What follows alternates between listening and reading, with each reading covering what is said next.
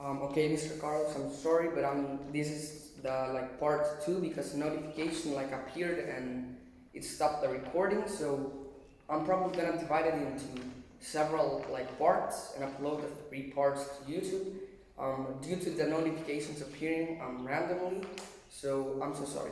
So I will begin with the first mistake, which, as I was telling you, it was that in the beginning of the introduction, I wrote as mentioned in the no, I'm sorry, I wrote The Breadwinner is like a book that explains the hardships that Parvana and her family had to suffer, etc., etc., etc. And so I need to write who the author of The Breadwinner is in order for people to understand what I'm talking about. So I did write The Breadwinner in italics, which is also a requirement, but I forgot to put the author name, and so it should look like this. In the Breadwinner, and then between parentheses, I need to write the last name of the author. In this case, Ellis, and then the reader will understand who which book exactly I'm talking about, and he can go search it up if he wants, or if she wants to. Then the next mistake, which was two in a row, which was the same mistake, which was the appositive phrases and the commas needed in order to make sense, for the sentences to make sense.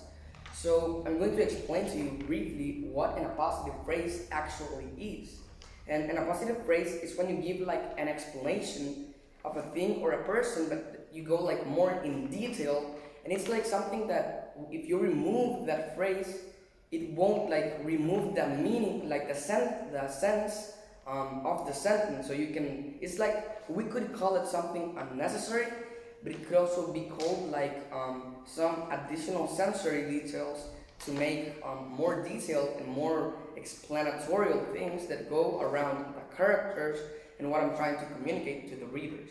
So in my case, I started writing in the book the main character, a strong and resilient young teenager, I'm sorry.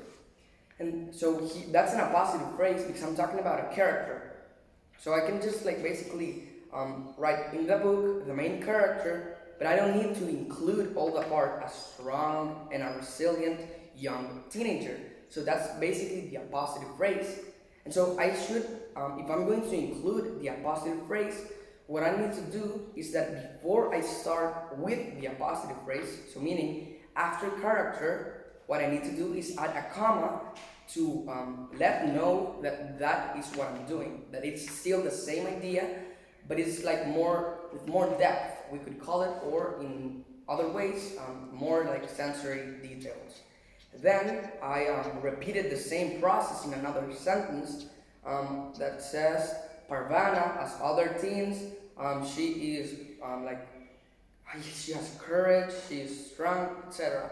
And so here, the appositive phrase is Parvana, as other teens, after as, I need to add the comma, because I could have just gone Parvana, so I could have just started talking about who Parvana is, what she likes to do. But in this case, since I'm comparing her to other teenagers, after as, I add a little comma so that the reader as well can understand what is going on and what I'm talking about. So the next mistake is that in the sentence, that's the sentence I wrote, they become wiser, smarter, and most importantly, grateful. So in this sentence, I was explaining the effects that hardships can have in teenagers. And so I was telling some of the effects, but since I'm saying that they become wiser, number one, then you add a comma, smarter, and most importantly, grateful. So after importantly, I must add a comma because I'm mentioning the last adjective.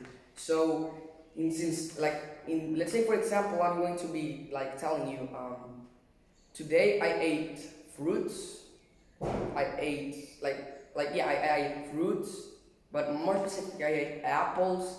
I ate pears, bananas, and in another thing, what could I say, like lemons, for example.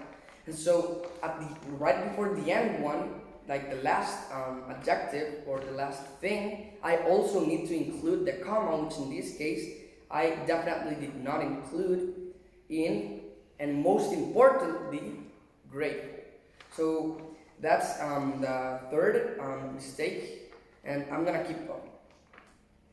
Overall, this was another sentence, okay, and the sentence went like this. Overall, teens must learn that in order to get what they want, they must put all their effort into succeeding. So, after want in the sentence, I need to add a comma because the first sentence is a dependent clause, since overall is a subordinated conjunction. And every time that we start with a dependent clause, after we finish that sentence, in this case, want, you put a comma to begin the independent clause, which is what I did not do in this case. I did not add a comma to separate both sentences. Then, in two cases, actually, I wrote things, for example, which is something completely informal to writing an essay of an argumentative essay. So, in this case, what we can do is, instead of write things, because the reader is not going to understand like what things are you talking about, and so what you need to do is that you need to write specific things, but not like that. You write, for example, specific ideas, and you give examples so that the reader is able to acknowledge what my idea is trying to transmit to you. And then the next thing, I only used dependent clause and I didn't add the remaining comma.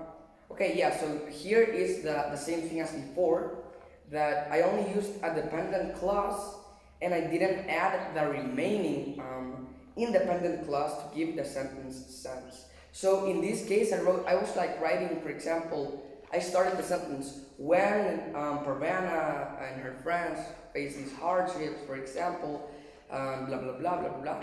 So I finished writing that, but then I just completely started a new idea, and that chunk of that sentence did not make any sense at all, since it was a dependent clause. And in order to finish a dependent clause, we also need to add a simple sentence or an independent clause, which is something that I completely forgot, but I did not do it at all.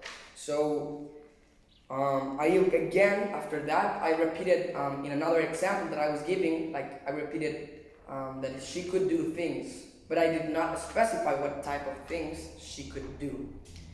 And then I added between quotations, and this time it was more or less good, but since that quotation included the last part that was Mrs. Vera said, that must also be inside, since it was literally like that in the book, Mrs. Vera said, I must include it inside the quotation marks. And I also need to add the MLA citations, which include the page number and the last name of the author. And lastly, this is my last mistake, which was in the conclusion. I started writing about why what I'm telling you is important, and the meaning, and how you must appreciate what I'm telling you. So I wrote in the message. I wrote, it is really simple, and I just kept going. It is really simple to be grateful, to be happy, or stuff like that. But since I'm telling that it's really simple, and I'm about to give you an explanation of what I'm talking about, I must add the columns so that you understand that this next explanation is referring only to that it's really simple.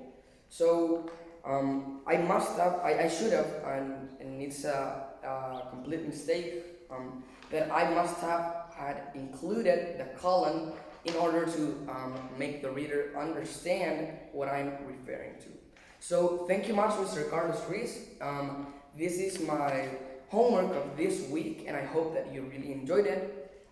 It's a bit long, but thank you for watching anyways, and for staying here, patient with me. So yeah, See you next week, and thank you so much for your attention. Bye.